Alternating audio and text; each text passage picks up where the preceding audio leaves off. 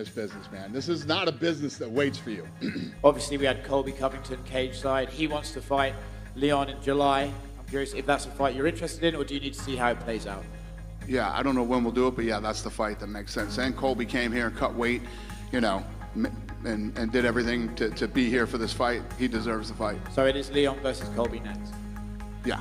Bilal Muhammad was the backup this week. I think you said he's next. Just still seem like the next fight. I'm not even thinking about that right now.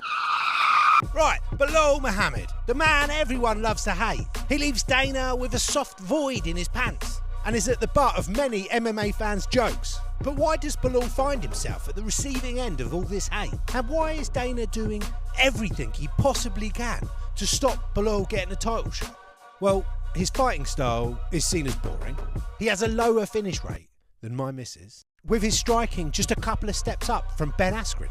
And when he finally gets them down, he doesn't seem to know what to do with them. Instead of ground and pound, he settles for huddle and cuddle. His win over Gilbert did him more harm than good.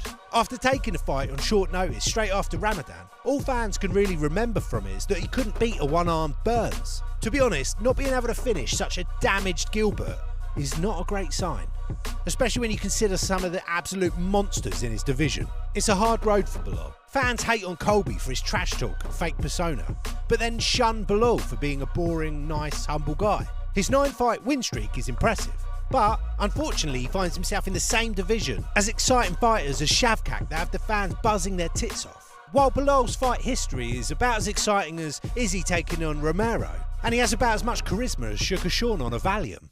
I don't see it. But he is highly skilled, and so he knows his best route for victory in a fight. Sadly, that does in turn make his performances a little on the boring side. Did the eye poke situation damage his public persona? I mean, it shouldn't have. Of all of the fights over the last few years that have been called off for injuries or illegal moves, that was definitely a legitimate one. That puppy went in deeper than a drug officer's finger on a John Jones arrest. The hate Bilal receives, while understandable, is unfair. So as we know, it mainly comes down to his fighting style. But what's he supposed to do? Go in there and not use his best weapon? Especially considering his other weapons are about as blunt as a fucking wooden spoon. He has in the past, publicly on social media, played around with adopting the role of a villain, but he don't get far. Partly because he's such a nice guy, and partly because the fans and fighters don't take him seriously enough. So why does Dana hate Bilal? I mean, it's simple, because he's not a draw. All Dana cares about is pay-per-views. That's fine, but not really when it starts to make a mockery of the sport. At the end of the day, Bilal is a highly skilled top contender in one of the currently most exciting divisions. The more good matchups, the better, right? He is evolving and becoming more aggressive.